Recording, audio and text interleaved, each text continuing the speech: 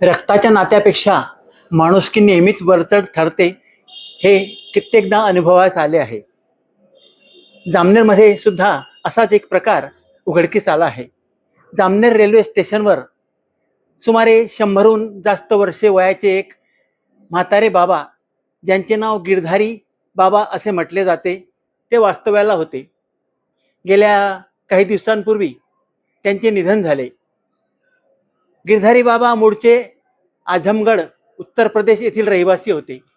ते येथे का आले, कसे आले याबाबत अजूनही कोणाला काही जास्त माहिती नाही. गेल्या 70 वर्षापासून ते जामनेर येथील रेल्वे स्टेशनवर वास्तव्यात होते असे आमच्या पाहण्यात आले आहे. गेल्या काही दिवसांपासून त्यांची प्रकृती बिघडत गेली. या रेल्वे स्टेशनवर जामनेर येथील रिपब्लिकन पक्षाचे जिल्हाध्यक्ष भगवान सोनवणे यांचे वडील रेल्वेत कर्मचारी म्हणून कामास होते. तेव्हापासून हे बाबा या ठिकाणी पाहावयास मिळत होते असे भगवान सोनवणे यांचे म्हणणे आहे. वयाच्या 6व्या वर्षापासून मी गिरधारी बाबांना ओळखतो आणि त्यांच्यासोबत माझा बहुतांश वेळ गेला होता असेही त्यांनी स्पष्ट सांगितले. गिरधारी बाबांशी असलेली आपुलकी भगवान सोनवण्यांना आवडता आली नाही.